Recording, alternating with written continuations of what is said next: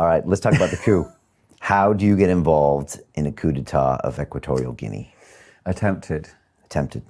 I was recruited by somebody called Eli Khalil, who is also dead. It's quite funny how quite a few of these people are no longer with us. When they're dead, do you feel more comfortable talking about things, or do you always feel comfortable talking? Especially libel, the UK laws of libel are very strict. But you have to be alive for those to take. Yeah, if you're dead, you can't be libeled. Okay, right, okay. So Eli Khalil recruited me. And he was a Brit. He is a Brit, but he's a Christian Lebanese born in Nigeria. Okay. And a multi-millionaire, and the rest. And what was the plan? The plan was to, the real plan was that there would be a palace coup. So the president would be arrested in his bed, and we would fly in with the chairman of the interim cabinet designate, a gentleman called Severamoto, who had been the elected mayor of Malibu, the capital of Equatorial Guinea. So somebody with real standing in the community. We'd have put him in, and we'd have been the escort. 60 men, the right number of men for a VVIP escort in a dodgy place. And that was it. That's a pretty standard escort for a dodgy place, 60 men, yeah. VVIP, for getting in and out without... For the first couple of months, yeah. Okay. And you expected the palace coup, which means they just arrest him in his bed at night. Yeah, so I mean, I was expecting to arrive in Malibu wearing a suit and a tie. I was not expecting to wear combat kit. But obviously, we had to have combat kit. Just in case. Okay. In case something had gone wrong and we arrive and there's a... Even then, how do 60 men fight their way? Well, exactly. So that in itself is really the proof of the fact that it was the first plan that was expected to happen. Okay. The palace coup. Right. I was expecting that we were going to arrive at the airport and be greeted, met by the committee. Okay. Now, why take this on, and did you realize how risky it was? I knew it was potentially very, very risky, yeah. Especially as, initially, I didn't know the real plan. So Eli Khalil just said, well, I think we ought to take over this country. And how are we going to do that? And you need to meet Severamoto, and so on and so forth. And so, yeah, I did know it would be risky. And I thought...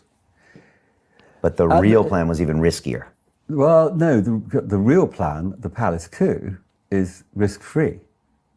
Right. We're just going to land, we're going to be met by some people who've got the president under arrest, who are going to say, hooray! Escort the new guy in. Our liberators. And you're done. And I'm sitting there just making sure poor old Severo doesn't get sort of whacked over the head. Or shot. Or something. Okay. Like that. So that's, quite gentle. Although obviously things may subsequently happen. The army may decide they don't like Severamoto, or all sorts of things might start happening. And initially I sort of said, well, I don't know. I need to find out how bad is the dictatorship. Because to me, part of it, and I'm not trying to be moralistic here, this is being pragmatic. I want to know that the dictatorship, the tyranny is horrible. Because that's our excuse. That's our casus belli. Makes it easier to get the job done. Much easier. Okay. And in fact, I said to Eli Khalil, it is essential. It is a sine qua non. If it turns out that the tyrant is not really a tyrant, that he's a benign dictator, then I'm not interested. Because it's going to fail. It's destined to fail. And also it's morally wrong. Okay. So you do have moral issues. Of course. Okay. Margaret Thatcher's son, Mark, is involved? He was. Because there was a money play here. That was latterly, because I was running out of money. Okay. And I needed some more money, because Eli Khalil, who said he had lots of money and he was going to back the whole thing properly, failed to do so. What does this take? Millions of dollars to do this coup? Not that much. I think we actually probably spent about $3 million. Okay. But that was badly spent, because what Eli Khalil did, which I warned him not to do, but he did it, which was he basically drip fed us. Had he come up with the 5 million I wanted on day one when he said we'd have it, then it would have been a very different story. Okay. And what do you need that money for? Paying people, buying kit, and setting up the mechanics. Okay. Of the thing. 60 people going in on that one day. Well, so for example, the first thing I said to Eli Khalil is, well, I don't know if this tyranny is a tyranny. So I want to put some people on the ground to find out. So Nick Dutoy, who was South African, who was my number 2, he went onto the ground and he spent a lot of time and effort in Equatorial Guinea, building up contacts. He set up a couple of businesses, ice making business, a fishing boat, blah, blah, blah, which was cover. And that was our reconnaissance. Okay. And one of the crucial things that Nick had to do was report back to me to tell me how bad it was. Is it a horrible tyranny or isn't it?